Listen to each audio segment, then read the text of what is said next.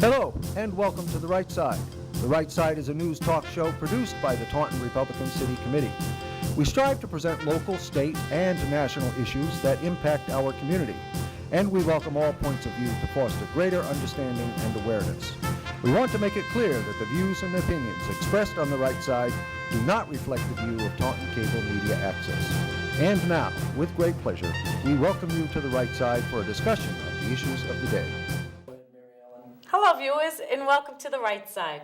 My name is Mary Ellen Yo, and I'm hosting tonight again, and it's really a privilege and a thrill to be here tonight. So don't change your channels. It's not FYI tonight. We're here with The Right Side, and we have a great show tonight, very informative. I'm privileged to introduce Mr. Mike Hruby. So thank you, Mary for coming Ellen. on, Mike. It's nice to be here. Yeah, thank you for coming. I know you traveled a bit. Yes, down 495. Down 495, our favorite road, right? Yes, absolutely. So Mike, you started an organization which is called New Jobs for Massachusetts. That's correct. So let's talk. Viewers, stay tuned. This is a great show. It's for jobs for Massachusetts people like you and like me. So we're going to find out what Mike is doing. So tell us a little bit about how it evolved, what your background is. My background is 27 years helping large and mid-sized technical companies find new markets for their products. And several years ago, we started an advocacy group called New Jobs for Massachusetts because we noticed that despite all the resources that the state has for rapid job growth, there actually hasn't been any since 1990, which is a long time to go without any net new jobs. So what we are is we are a nonprofit, nonpartisan, pro-jobs group, and we advocate, which is like agitate, make things happen. We work with the legislature. We work with the economic facts about the state and our need for jobs and what kind of jobs we could have. We work with the voters, and we work with the media. So we try to assemble all the pieces that Massachusetts has just slightly differently so that we can get jobs going again. Okay. So if you're trying to advocate to everybody and lobby, is this a big organization? Can you tell us a little bit about? We're not a big organization. Yet? Is that a yet? We're growing. Actually, we're growing rapidly. Right now, we are one guy, that would be me, full-time. Oh, big shoulders.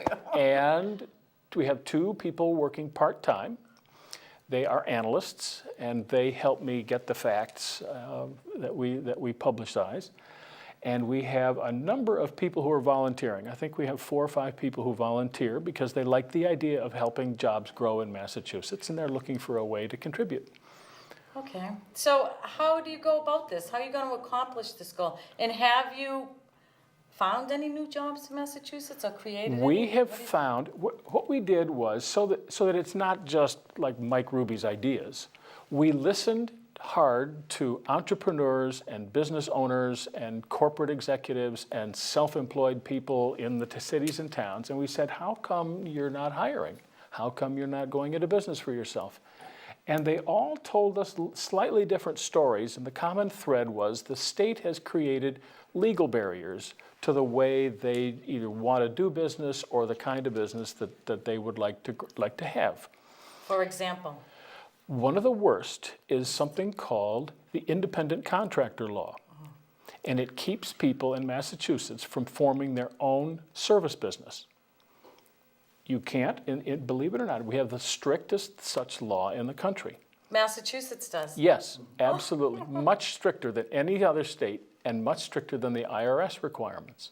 I thought that was the IRS that regulated independent contractors. They do. We have our own special law. Oh, we have something that supersedes the federal. Yes. Oh, absolutely. All right, so let's go on about absolutely. this a little. So this is, if you were an accountant, for instance, I personally think this affects women even more than men.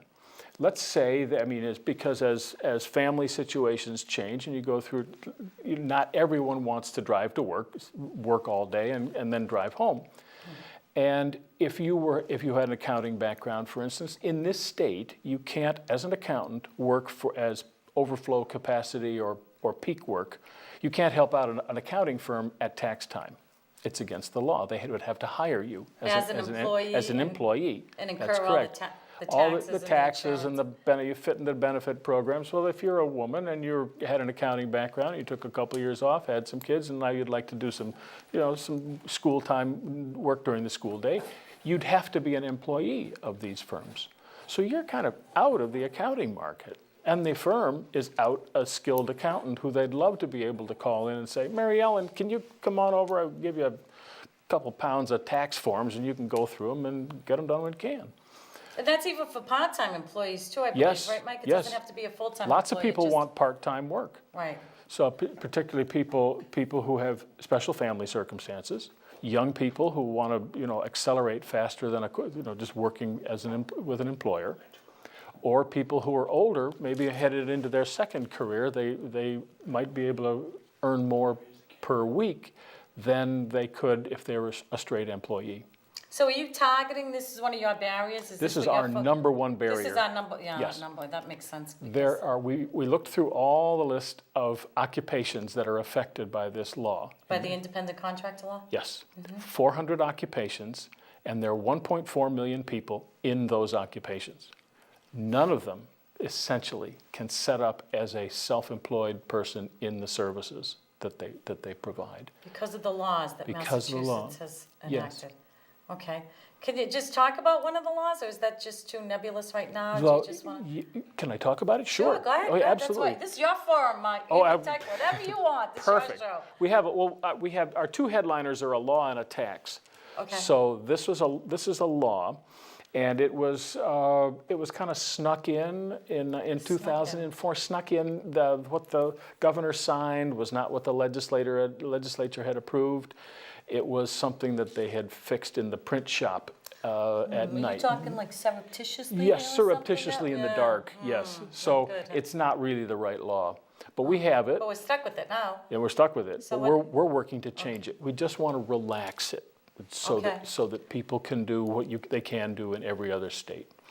So that's the law that we're trying to change. The other one is a little-known tax called the inventory tax. And this is one of the things that has driven manufacturing jobs and distribution jobs right out of the state. Okay, let's talk about that one. Yes. Yes, I mean, we used to inventory. make, automobiles in Framingham? My General husband's Motors? in manufacturing, Yeah. biomedical, Right. and So we put this little tax on it, and we don't call it an inventory tax, so nobody actually knows nobody we knows have it's it. another list, It's a right, plethora of taxes a we little pay. one. Right? Only 9 states have it, Oh, Massachusetts is right? And the closest one is Virginia. Oh, So the reason that, for instance, auto dealers put their inventory across the state line, they don't have to pay tax on it. They brought it into Massachusetts with all the jobs that go with the inventory, they'd have to pay tax. Well, they're in business to cut costs and make money, so they move it elsewhere. so people would go to New Hampshire to buy a car now instead of, Or they could even buy the cars here. But yeah, they do. They pay more because On the they north shore, there's a north border of Massachusetts, there's a lot of car dealers, but you still pay the sales tax. right. so But the dealer would have to pay an additional tax for just to have the inventory on his lots in Massachusetts. it's like that. Got to me. change it. Got to That's- change it, that's the Mary Ellen. struggle. I'm like, oh my Somebody's gosh. got to shine bright lights on the problem. And I think a few people have to, Mike, and Well, thank you. viewers, really. Well, we've got a let's- few people. We have a few, we need a few more, I think, to We're just working get on this that going too. here. Yes. Okay, so we have independent contractors and the inventory. Those are Inventory the two tax, greatest right. barriers for people to work. It is frustrating. There are others. There are others, let's go. Yes, we Let's have, go. one of the things we're just thinking about working on next is the minimum wage that applies to teenagers. And everyone says, well, and I think they're talking about raising the minimum wage. We can wade into this one a long All right, way. I'm not gonna say anything, I'm gonna Okay. wait for you. Go ahead. But it applies to teenagers, and teenagers don't have to support themselves. You're supposed to be in school, work part-time, but it still applies to them. So it keeps them out of the labor force. What they would be getting is great experience in the work site. They'd make friends, they'd learn a business or an occupation or a profession. Social skills that. Social I mean, skills, that- showing that up their boss sober doesn't care every about their day. feelings, right? Yeah. So So what are you doing about that? Are you doing something to target we that? believe we're kind of nosing around with the issue, trying to find out how many people would be affected, because almost every business I've ever been in always has a little bit, for example, a little bit of maintenance that could be done. A little bit of cleanup, a little bit of painting, a little bit of, spit and polish sparkle. Custodial duties, right. And most businesses would like to get rid of it, but the value to the business is typically down in the low dollars per hour. My personal expectation is that those businesses would be happy to hire kids at below the minimum wage, just sure, a couple bucks an hour, whatever it is. After school, Saturday. Sure, after school, come on in on the weekend, you work a second shift, or you work part of a second shift. Right. But they can't, legally, businesses can't pay less than the minimum wage, which is headed for $10, $11 an hour if they put the wage in. 17-year-olds are just not worth that much per hour. Frequently. No, I mean, you got to be practical. It struck me funny. Sorry. We have to be pragmatic, right, at this time, because a lot of businesses and so basically we're locking them out of the labor force when they could be really learning things. Right, where they're building their foundation for their job skills and seeing maybe what they'd like, not like. You go into the cities, for instance, and they're always for recruiters. You have to be able to say this: guns, drugs, sex, and crime. They're always recruiting 24 hours a day. Wouldn't a job be a better idea? Just asking. Just asking. Yeah, that viewers, I know. So let's get busy here. Can we just briefly flash up your website too? Mike has a website. We're at newmassjobs.com. Newmassjobs.com. Can we flash that again? Newmassjobs.com. Perfect. Perfect. And we have some of our reports. We've done a very nice, well-received report on the inventory tax.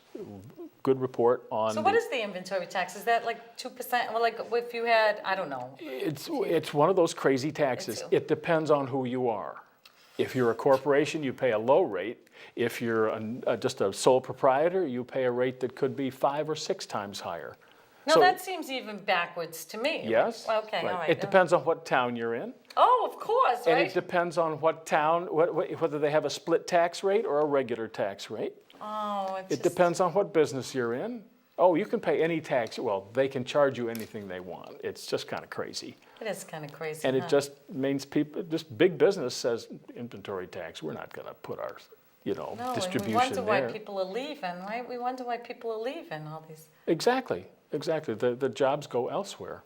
So you want to amend the independent contractor law? Yes. Right, to make it we say relax. Relax. Because it has, the existing law has protections against employer abuse. But it also has protection against people trying to move up and employ themselves and advance their careers. So we have to kind of keep part and take the other part out. Mm-hmm. We call it relaxing. Relaxing. I like that word. Thank you. That's a more sensitive. It's a little touchy-feely. Yeah, it is. Maybe they're more susceptible to relaxing than amending. I think, exactly right. Everyone wants to vote for relaxing. relaxing. Yeah. And then we think the right thing to do with the inventory tax is to eliminate it. And we have written a very short, I think it's 33 words to eliminate it completely. Oh, I think someone could read that. Would you think someone could read that? It's not Obamacare, You can't fall asleep. You can't. No one can read it. Everybody can read it. Yeah, no 2,700 pages or anything. It's great. It's a very small revenue item because guess what? Everybody who would actually pay serious money has moved away. They don't pay it anymore. So it's one of these taxes that no one pays because they've taken their jobs away. So we want to just get rid of the tax completely. We're going to eliminate that one. Just and eliminate not relax. it. Eliminate that. If those people actually had manufacturing jobs, like we compared Massachusetts with Indiana, the state would come out even. So it's not even a revenue loss. Oh, that's fascinating. Then. Yeah. So right. So what's I must have missed something there too. Well, when you make claims like we're making, you need to have a factual way to back them up. Mm-hmm. It's like I just can't pull them, out of somewhere and go, Mary Ellen, guess what? I made this number. So what we did was we looked at the occupations that are associated with inventory. Okay. Trucking, handling, packing, shipping, those sorts of things, weighing, organizing, inventory, warehouse work. Warehouse work. Mm-hmm. And we compared Massachusetts employment in those categories with Indiana employment in those categories. And they have no inventory tax. They have no inventory tax. They got rid of it 10 years ago. Oh. And what we discovered was, and then we adjusted the differences. We went occupation by occupation, adjusted the differences with the fact that Indiana has a great deal more manufacturing than we have. So we adjusted it, and the difference is 56,400 jobs is what we would allow to grow if we didn't have the inventory tax. It's a huge number. That's remarkable. And they're all middle-class jobs. You don't need a high school, you don't need a college education. You don't even need a high school education for some of it. That's amazing, isn't it, Mike? That's it really is. disturbing, actually. It really is. So it's basically a tax on the opportunity of the middle class. Right. So that's a problem. Yes, it is. That's a big problem, I think. So we're going to see if we can get rid of it. I never actually heard of the inventory tax. Nobody has. Nobody has. Some lawmakers don't know we have it. Oh, but I bet they signed it, though. I'm not going there. It's under discussion. It's under discussion. We'll table that for the next show. Okay. All right, let's go on. How do you raise your money? You say you're basically a statistician, too. I think you like these numbers. Business economics, yes. Left brain here. Left brain, right brain. Mm-hmm. We raise money the old-fashioned way by asking for it. Asking, no. We don't take any government money. And we're a nonprofit, so people can give, and it's unlimited, and we keep it confidential because from time to time, as you know, the legislature has a tendency to retaliate against little stimuli they don't like. So we simply call people, I call them, and I say, Mary Ellen, for example, we're doing thus and so, could I count on you for a contribution? And most of the time they say they'll pass, and many people say, actually, that sounds very interesting. And then they say yes. And we're very frugal, so we get a lot done with a small amount of money. So it's all voluntary contributions is how we're financed. How can we voluntarily contribute? Thank you for asking that great question. That's the best question ever, he says. Hey, here you go, viewers. Put your ear out. The simplest thing is to go to our website, which is newmassjobs.com, and click on the donate button. And you'll go. Oh, it's right there. How easy is that? Viewers, did you hear that? Right. Very simple. Very simple. So we just want to spell that out again, Mike? Give them newmassjobs.com. Click on the donate button. Donate. Right, it's a little red button. Can't miss it. Can't miss that one. It's on the front page, the home page, I would imagine. Just put the credit card. We don't see any of the details except that Mary Ellen said us $5, and let me tell you, every dollar helps. People say, "Oh, it's just a small amount of money." $100, but $5, $10, whatever. Absolutely. You can get. Let's stop paying attention to us. Stay